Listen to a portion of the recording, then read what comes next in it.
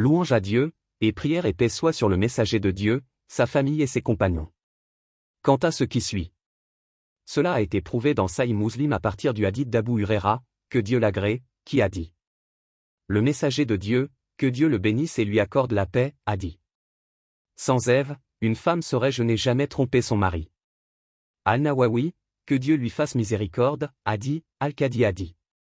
La signification du hadith est. Elle est la mère des filles d'Adam, donc elle lui ressemblait, et la sueur a été enlevée à cause de ce qui lui est. Arrivé en l'histoire de l'arbre avec Satan, alors il lui a fait paraître attrayant de manger l'arbre, alors il l'a tenté. Alors elle a parlé de l'arbre à Adam, alors il en a mangé. Al-Hafiz a dit dans Al-Fat.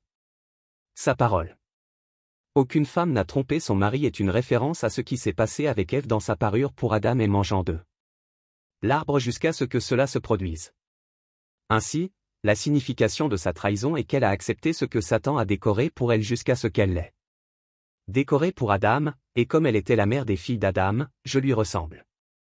Par la naissance et l'élimination de la sueur, il est peu probable qu'une femme soit à l'abri de la trahison de son mari. En acte ou en parole.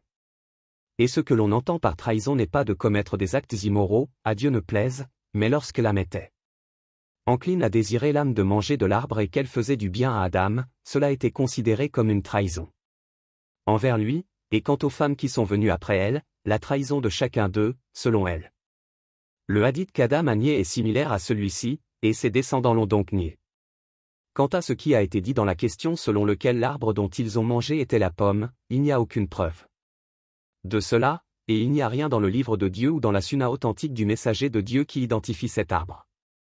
Ibn Kathir, que Dieu lui fasse miséricorde, a dit après avoir raconté des récits concernant la spécification de l'arbre dont Adam et Ève ont mangé. L'imam Abu Ja'far bin Jarir, que Dieu lui fasse miséricorde, a dit. La chose correcte en cela est de dire que Dieu Tout-Puissant a interdit à Adam et à sa femme de manger un arbre spécifique parmi les arbres du paradis et non le reste de ces arbres. Ils en ont donc mangé, et nous ne savons pas quel arbre a été désigné, parce que Dieu n'a pas pourvu à ses serviteurs. Avec la preuve de cela dans le Coran et la Sunna authentique. Dieu seul sait.